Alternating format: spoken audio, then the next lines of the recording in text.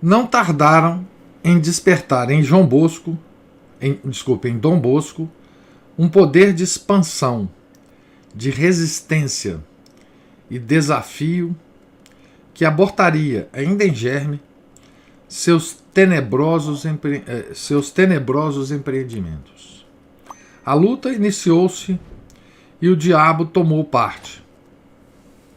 O céu também. Então, a obra de Dom Bosco que ele fez, né, seria tão extraordinária, mesmo que não houvesse nada dessas resistências externas, tá certo?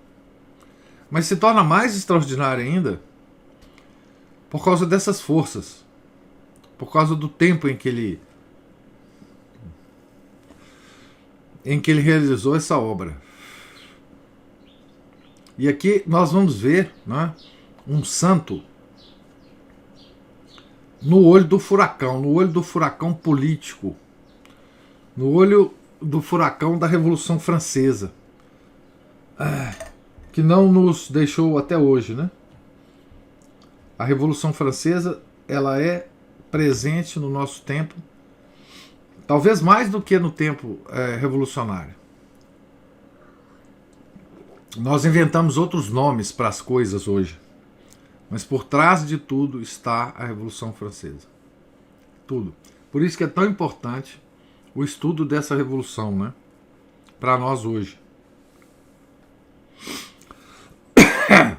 Então nós vamos ver como é que um santo, né, vive o tempo dele, né? Esse tempo. Não bastava pregar. Nem todas as almas são atingidas. Para 1 ou 2 milhares de garotos que se agrupavam ou se agrupariam em seus 3 patronatos do domingo, primeiro oratório, São Luís Gonzaga e o Anjo da Guarda, os 3 oratórios do São João Bosco, por algumas centenas de neófitos que vinham seguir seus cursos noturnos, para um punhado de privilegiados que abrigava Mamãe Margarida, quantos negligentes, desocupados, preguiçosos e viciados que se contaminavam entre si e prejudicavam os outros. Quantos fracos à mercê dos bons apóstolos, da anarquia e da desgraça. Da descrença. A propaganda do erro era livre. Liberdade de pensamento. Os valdenses não dormiam.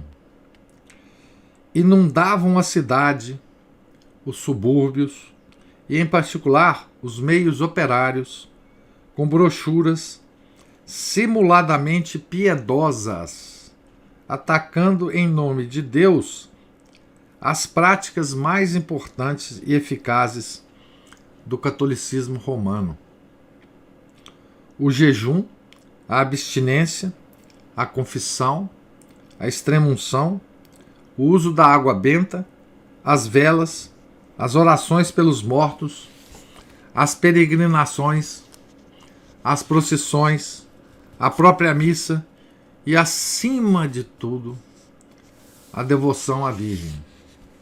Então, olha o que os valdenses atacavam nessas brochuras que eles distribuíam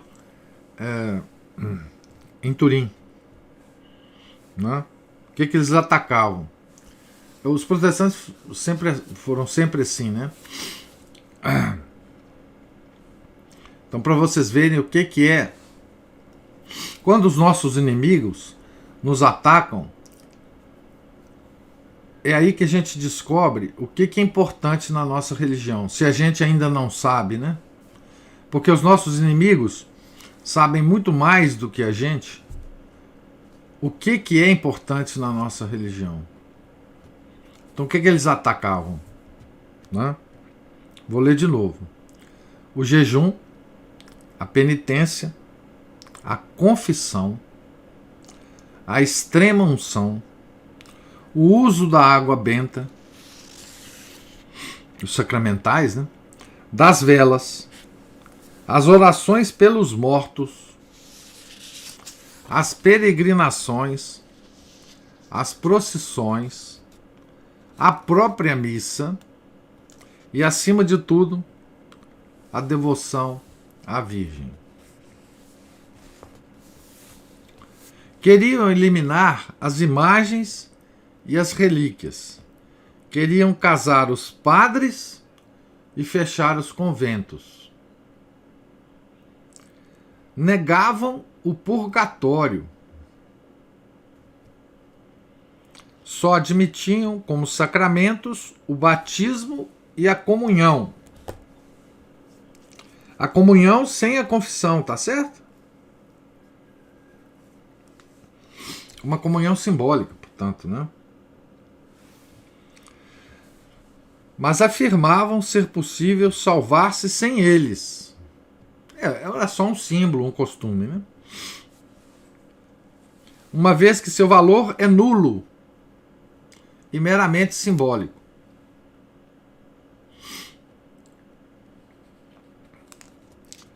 Ontem nós comentamos sobre isso, né? À tarde, quando nós vimos o catecismo do modernismo, né? O modernismo também afirma, né, que os nossos sacramentos são só símbolos, né? A crença hoje da igreja é essa, né, que todos os nossos sacramentos são apenas simbólicos, né? Então isso já é uma coisa protestante antiga, né? Restava Deus. Nele acreditavam.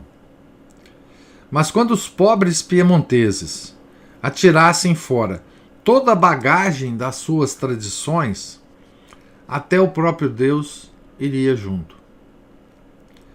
Na rota do negativismo, como querem que um ignorante se detenha? Dom Bosco tomava a sua pena e respondia. Dispunha do necessário para responder. Sabia falar e também escrever. Era humanista e conhecia os autores. Rimava e manejava os termos populares e os doutos. Não foi em pura perda que outrora lhe fizeram cultivar todos os seus dons. Cada um deles, despertando, viria em seu auxílio no momento adequado. Após andar de uma obra a outra, no salão de uma benfeitora, do salão de uma benfeitora ao casebre de um miserável, depois de ter ensinado o catecismo e ouvido numerosas confissões, uma vez feitas suas contas e organizados os seus planos, e depois talvez de ter reconquistado uma ou duas almas, no mercado ou na rua, instalava-se na sua casa, na sua mesa de escrever. Segundo as exigências, improvisava-se em jornalista, copista, vulgarizador, polemista. Multiplicava as brochuras instrutivas e defensivas sobre o Papa, a Igreja e a Santa Comunhão. Opunha aos blasfemadores a figura exemplar, ternamente invocada, de seu antigo condiscípulo Luís Comolo. Lançava um almanaque, Il Galantuomo.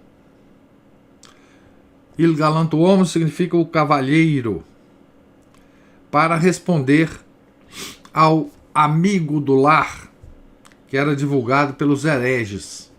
Olha o nome da publicação dos hereges, né, dos protestantes. Amigo do Lar. Quando a gente fala hoje, né, os hereges protestantes, isso hoje soa tão estranho, né, porque hoje a cultura geral do país, entre os católicos, né, é que os protestantes não são hereges, né? São nossos irmãos, os tais irmãos separados, né? Mas são hereges, né? Os protestantes são hereges. Mas hoje tem tanta confusão a esse respeito, né? Inclusive do ponto de vista político, né? A gente vê que existe uma associação muito fraternal e íntima entre católicos e protestantes nesse ambiente político, né? Tá certo? Tem isso também, né? O termo cristão hoje em dia é esquisito demais, né? Então, somos todos cristãos, em defesa do cristianismo, essa baboseira que se fala, né? Nós temos que defender o catolicismo, né? Esse negócio de cristianismo, o Belo que dizia, né?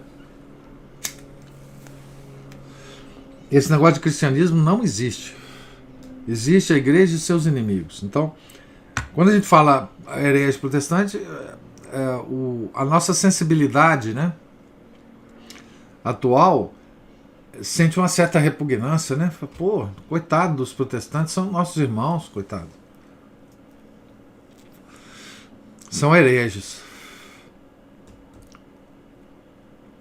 Então, ele criou, né, uma publicação, uma revista, um folheto chamado Il Galantuomo, para se opor ao tal Amigo do Lar. Misturava a matéria comum desse gênero de trabalho com boas palavras, adivinhações, ensinamentos diversos que emocionavam. Escreveria uma história da Itália, uma história da Igreja, uma história santa, contos e comédias para as crianças e até um sistema médico. Tudo isso, é claro, familiar, agradável e nada enfadonho. Essa história da Igreja do São João Bosco, uma história curtinha, tem ela em português, publicada por uma editora que agora eu já não sei mais qual é. Eu tenho ela aqui. Deveria atingir sua finalidade por ser distribuído gratuitamente. Assim se formou a coleção das denominadas leituras católicas, tão viva e variada, que foi admitida obrigatoriamente nos estabelecimentos de ensino oficial. Então eles adotaram, né, esse material como material de ensino. Enquanto isso, atacava no ponto vital o monstro, combatendo-o, eliminando-o, e não só por escritos. Dom Bosco não temia enfrentar o adversário, sabendo que um antigo aluno do patronato, desviado pela seita, estava em perigo de morte. Dirigiu-se à sua casa, onde um pastor valdense mantinha a guarda. Dom Bosco docemente o afastou e conseguiu, apesar dos empecilhos, ver o moribundo. Aí a Maria Cristina colocou aí um link da história da eclesiástica, tá? Compêndio de História Eclesiástica, onde vocês podem, se vocês não tiverem, adquirir esse livro. Então ele foi lá ver o moribundo porque estava morto para a vida eterna, né? Meu Pedrinho, é você? Dom Bosco, Dom Bosco. Arrepende-te. Arrepende-te? Perguntou, né? Retira-te, bradou o pastor. Pretendo permanecer e começo por me assentar. São João Bosco disse, né? Não sabe com quem está falando. Sei sim, senhor. Sou Amadeu Berti, o ministro Valdez. Eu sou Dom Bosco, o diretor do patronato São Francisco de Sales. Que queres com esse rapaz? Simplesmente salvar a sua alma. Ele atualmente é dos nossos, mas era dos meus outrora. Entretanto, ele próprio escolherá. Não forçarei sua consciência. O pastor não pôde recusar este apelo à liberdade de pensamento. Engraçado isso, né? Responde, que escolhes? Perguntou o santo. Ó Senhor, o senhor Dom Bosco. Nasci católico e, como católico, quero morrer. Respondeu o agonizante no impulso. O São João Bosco aqui usou exatamente a arma dos liberais, né? Como diz o Samuel aí. Não, eu vou respeitar a liberdade de consciência do Pedrinho. E aí não tem mais, né, com relação a isso, os liberais não podem se opor, né? Ó Senhor Dom Bosco, né? Nasci católico e, como católico, quero morrer. Respondeu o agonizante no impulso. O pastor pôs o chapéu e saiu.